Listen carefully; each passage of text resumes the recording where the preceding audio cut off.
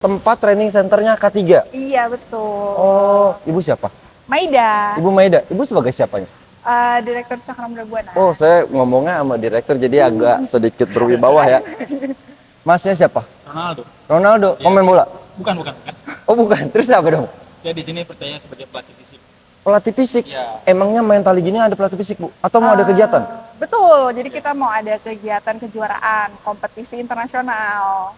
Ini bukannya buat pekerja? Iya, Ada kompetisinya? ada.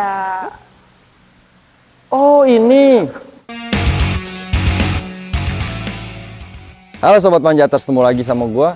Gua udah lama nggak bikin video, nggak upload. Nah, kali ini gua ada di daerah Jagakarsa. Gua mau nge-gym sebenarnya nih. Tapi nge-gymnya ini beda sebenarnya. Gua nggak tahu. Biasanya kan gua datang ke tempat gym climbing. Nah, ini tempat gym juga, tempat komunitas juga. Gua nggak tahu nih.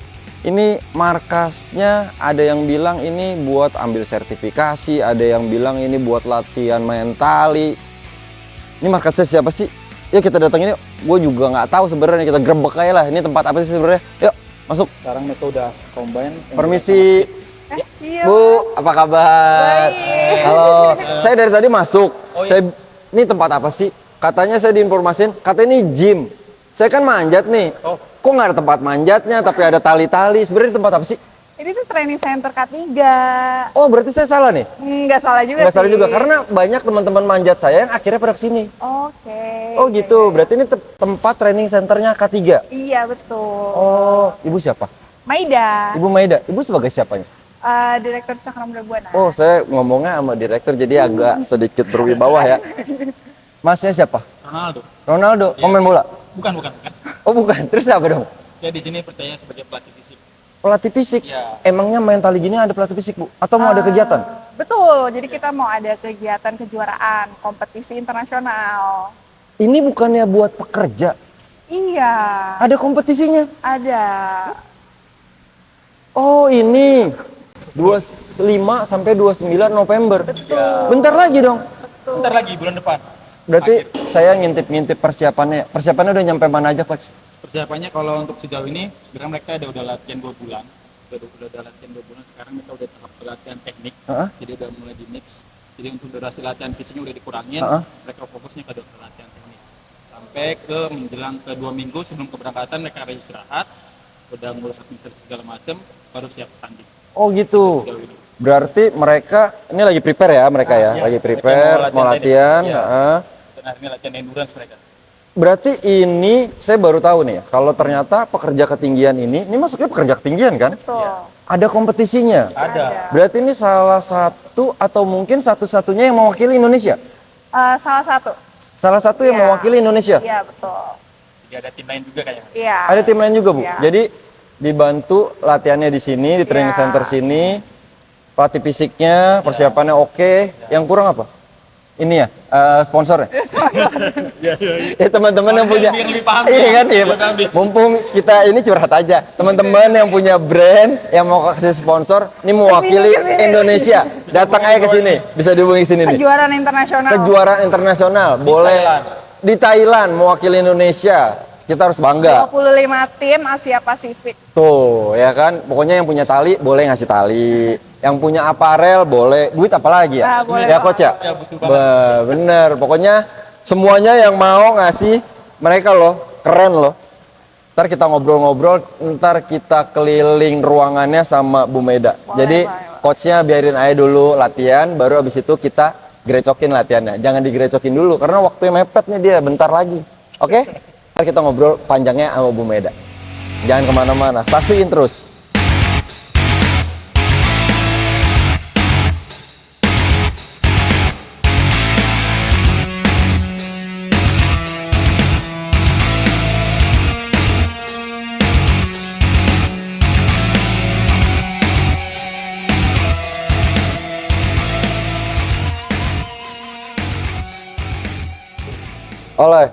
Salah kan? Saking semangatnya jadi salah. Oke, Sobat Manjaters, ngelanjutin tayangan berikutnya. Gue jadi salah-salah ngomongnya, soalnya ini bukan orang sembarangan yang gue ngomong. Ibu Direktur. Jadi banyak groginya. Nah, tayangan sebelumnya kan gue udah sedikit tanya-tanya tentang tempatnya dia ini, terus kegiatannya apa aja. Nah, makanya gue sekarang mau nanyanya lebih detail lagi sebenarnya. Masih sama Ibu Maida. Bu, saya mau nanya Bu, ini tempat ini udah berapa lama sih Bu? Jadi tempat ini sebenarnya baru 1,5 tahun. Baru berdiri ini sejak tahun 2023. Gitu. 2023 start pembangunan di bulan Maret. Terus baru running mulai pelatihan itu di 2023 bulan Desember. Bulan Desember. Berarti ini baru berdiri sekitar 1,5 tahun lalu ya Bu? Betul. Berarti sebelumnya tuh ya seperti bayi pada umumnya, jadi merangkak dulu, berjalan ya Bu ya? Ya. Nah, kenapa Bu bisa cerita nggak? Bisa tiba-tiba terwujud pengen punya tempat kayak gini? Emang sebelumnya kayak gimana sih Bu?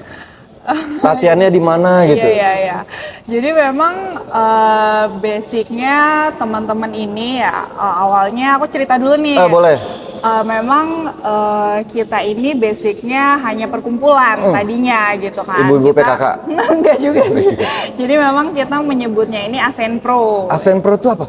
ASENPRO ini sebenarnya wadah gitu ya, wadah buat para pemuda gitu. Kenapa kita sebutnya pemuda? Karena memang under 30 gitu, under 30 yang mana basicnya adalah pemuda yang suka berkegiatan di alam bebas ya. Outdoor Jadi activity. ya outdoor activity. Kita memang backgroundnya itu ada mountaineering, cave, terus juga climber dan lain-lain gitu.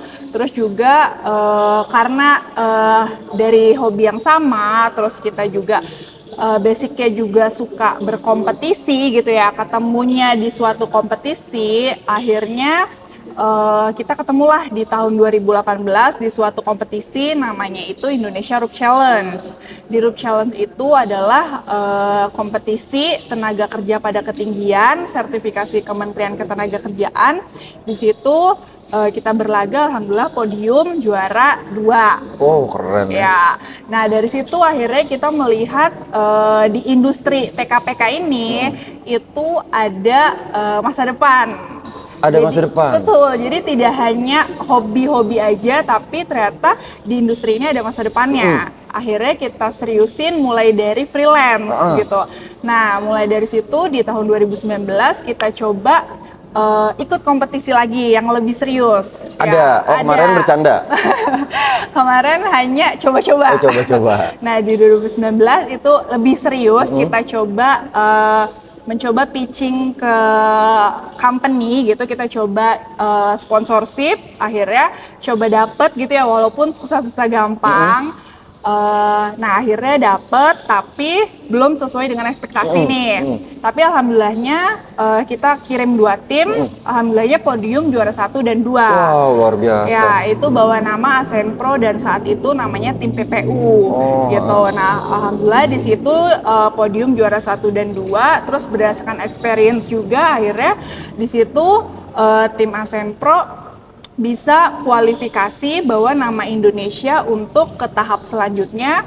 Saat itu Petzl Roop Trip Singapura 2020.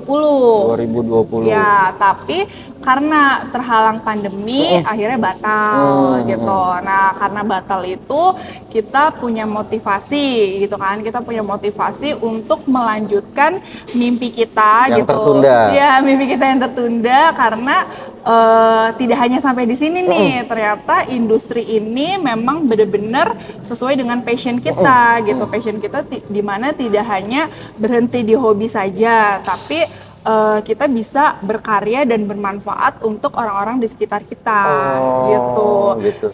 Jadi kalau misalnya dulu memang basic organisasi gitu kan, dimana kita seneng gitu kan berbagi ilmu kita gitu sebagai instruktur dan lain-lain. Nah ketika kita masuk ke industri juga kita seneng gitu kan jadi instruktur, berbagi ilmu, berbagi manfaat. Akhirnya kita coba dimulai dari training gitu.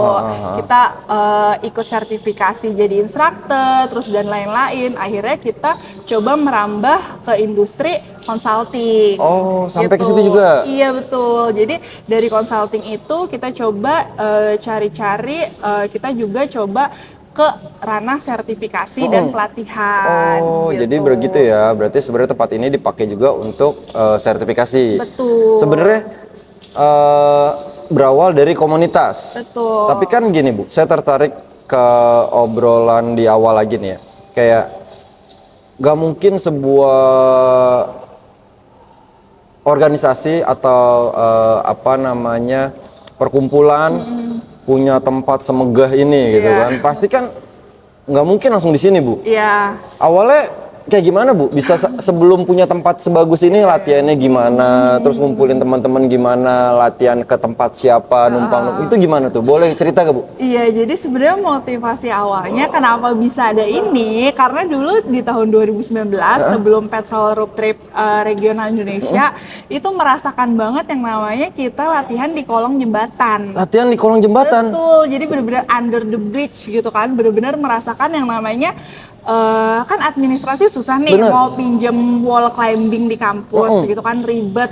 Jadi kita mau pinjam wall climbing di kampus tuh kelamaan administrasinya gitu kan. Kelamaan mau minjem harus sana sini terus lama set jalurnya dan lain-lain. Akhirnya capek kayak gitunya gitu kan. Akhirnya ya udahlah kita di kolong jembatan aja, tapi di kolong jembatan pun ngerasa ini nggak kondusif gitu kan. Akhirnya disitulah kita bermimpi bahwa someday kita harus punya training center gitu kan. Kita harus punya training center di mana kita bisa mewadahi passion kita nih untuk kapan aja kita bisa berlatih gitu kan, untuk apa namanya memfasilitasi tim kita gitu kan. Akhirnya jadilah seperti ini gitu. Jadi semua startingnya dimulai dari mimpi gitu. Mimpi, bangun, Uber ya, bukannya mimpi, bangun, minum, tidur lagi gitu. Gitu. Jadi memang ya semua berawalnya dari mimpi gitu. Oh, berarti bener-bener awal tuh ya kalau saya dengar latihannya tadi di kolong jembatan, sebenarnya menyedihkan ya Bu ya, kalau dihitung menyedihkan ya. Cuman karena punya jiwa yang sama, sama-sama suka di hobi yang sama mungkin ya. Makanya akhirnya punya mimpi bersama dan jadi tempat ini. Betul. Wah, gitu. keren sekali ya. Nah, balik lagi saya taunya gini Bu. Kalau misalkan akses tali itu kan sebenarnya adalah sarana untuk bekerja ya. Betul. Karena ada beberapa teman manjat saya yang akhirnya juga bersertifikasi kayak gini gitu. Dan saya baru tahu kalau ada kompetisinya. Ibu bilang tadi ada kompetisi. Iya. Mungkin sebagian teman-teman pemanjat taunya Petzl Rock Trip. Oh iya. Okay. Itu ada memang kegiatannya Petzl yang manjat di tebing kan. Nah, kalau Petzl Road Trip saya masih baru dengar gitu. Mungkin teman-teman manjat juga baru dengar. Makanya saya tertarik. Ada atletnya Bu? Iya. Iya. Ada kompetisinya? Iya.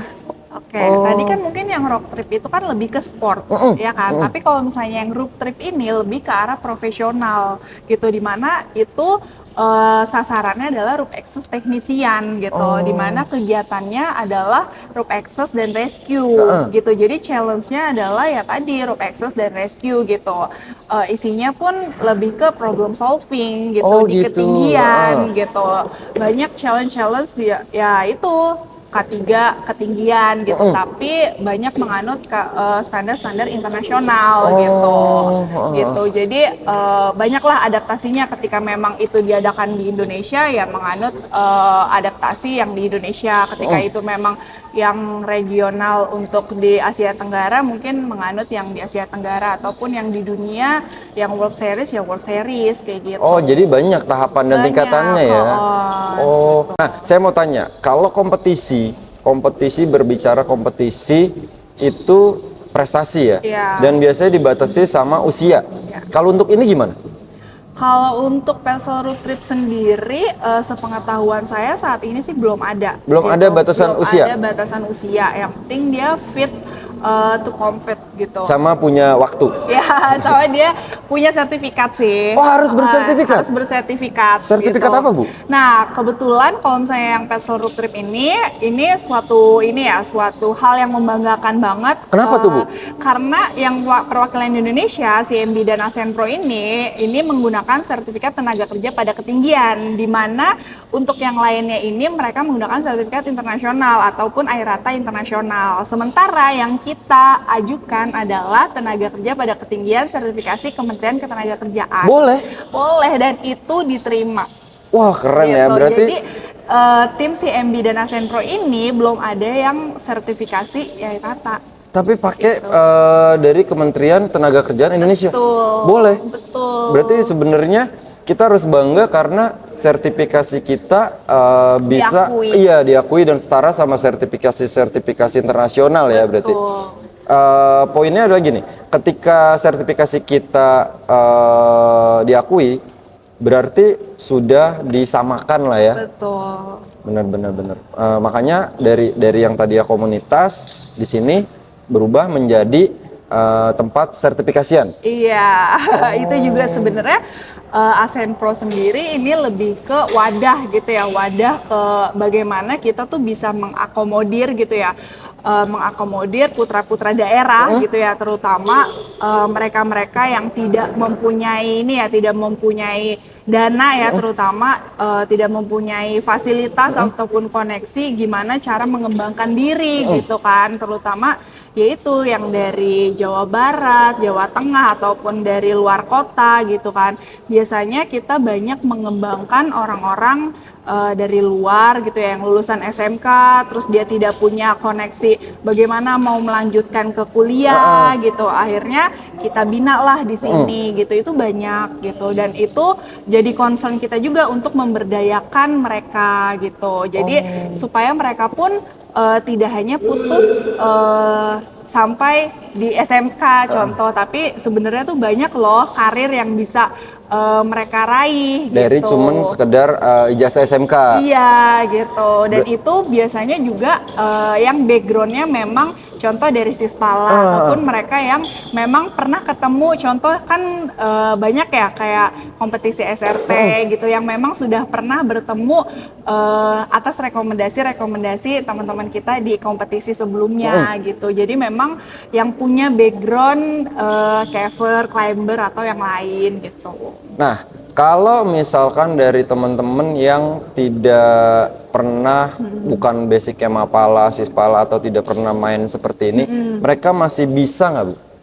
Harusnya sih bisa ya, tapi kan itu balik lagi ke yang bersangkutan gitu, mereka mau atau enggak gitu, diolah lagi minat dan bakatnya gitu kan, karena kan ini bersangkutan dengan ketinggian betul. karena tidak semua orang juga mau gitu ataupun berani gitu. Makanya biasanya yang kita bina itu yang memang sudah ada basic di ketinggian, minimal berani dulu minimal gitu. berani ya. Betul. Karena saat datang ke training center adalah tempat yang tepat untuk yang tadinya lu nggak bisa, lu nggak tahu, jadi bisa ya, Bu ya, karena ya fungsinya training center gitu. Nah, kalau misalkan tadi Bu bilang dari Jawa Barat, terus dari beberapa daerah sampai ke sini gitu kan. Gimana cara cari taunya ketika saya dari daerah nih? Saya cuma lihat di kota, wah kerja bersihin gedung pakai tali, saya mau kayak gitu.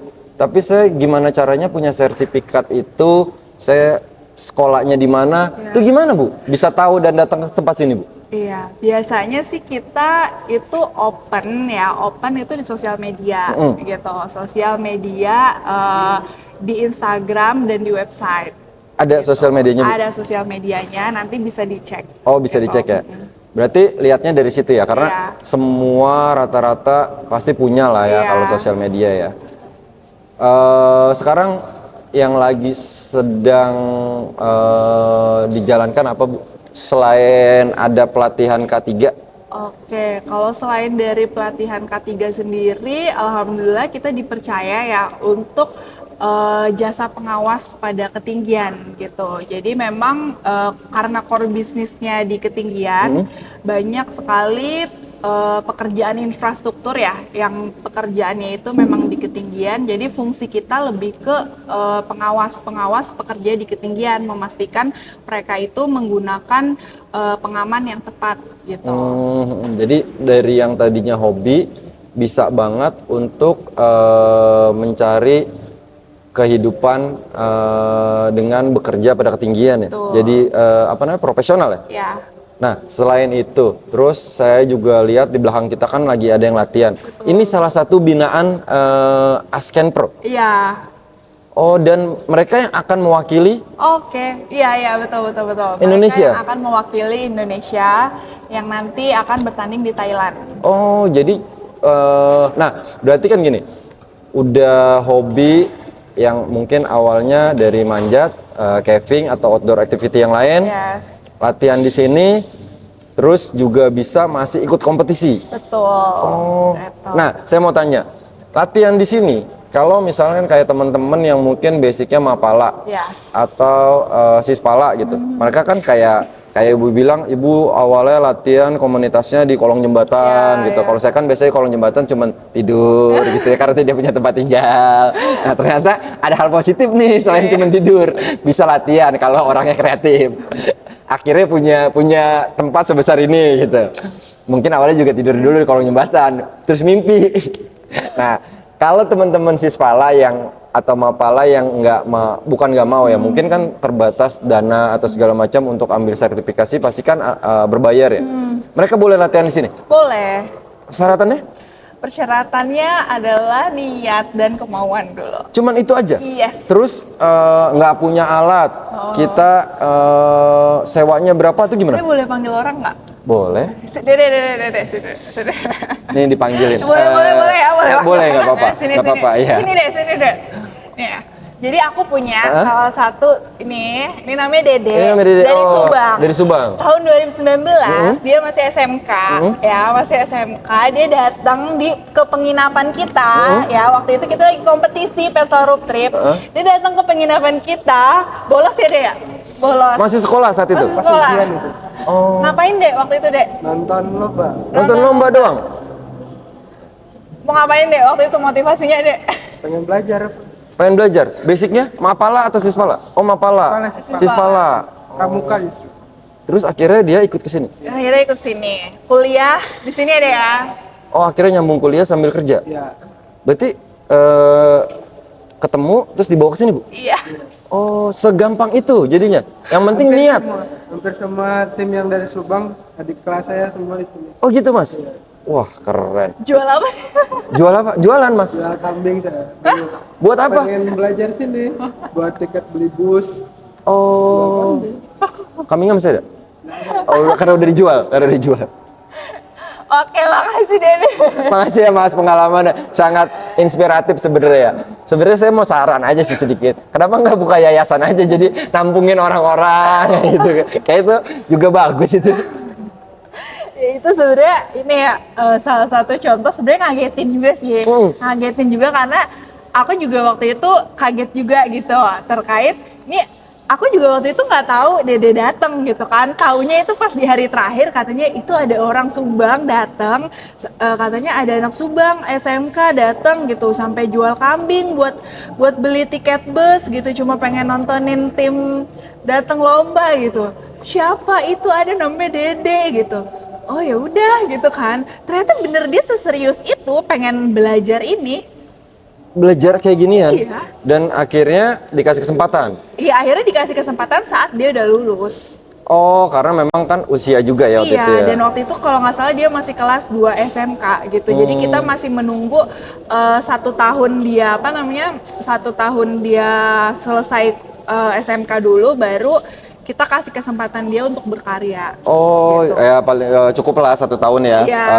Paling nggak kambingnya udah agak gedean dikit buat dijual. Gitu.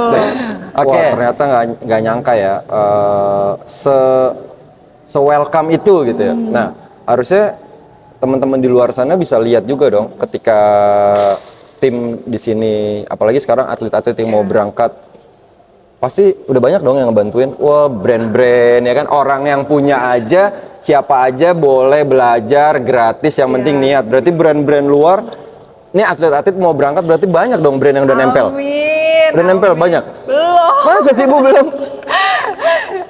Saya pikir karena udah banyak bantuin orang, jadi brand-brand, wah nih ada atlet mau ini nih. Oh belum? Belum, karena kita memang belum keluar sih. Gitu. Oh memang belum? Belum. Ya, gitu.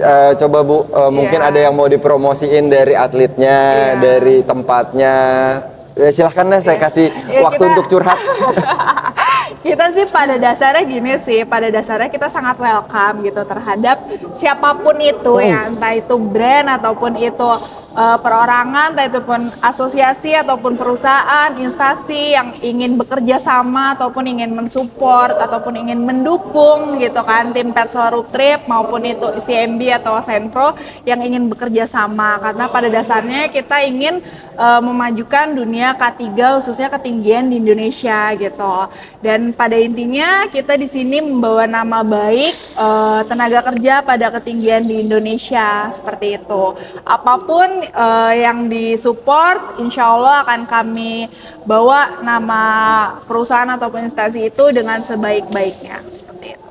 Keren loh, ini mewakili Indonesia. Terutama banyak brand-brand besar outdoor kan, kenapa Yes. enggak gitu kan? Ya.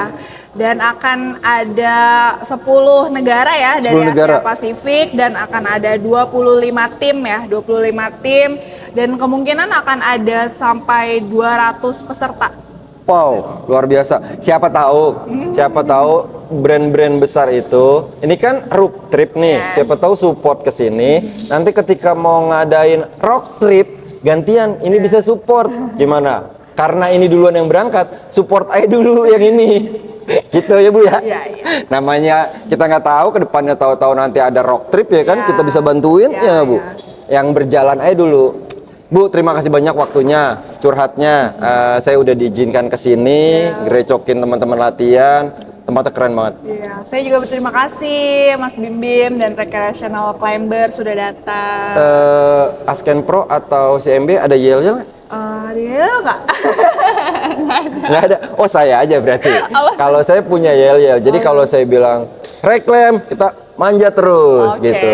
Bikin dong, ntar atlet-atletnya suruh bikin. Iya, ntar saya suruh bikin. Iya, ya berarti kodenya dari saya ya. Oke. Kalau saya bilang reklam, manja terus gitu ya. 1, 2, 3, reklam, Manja manja terus. Terima kasih Ibu.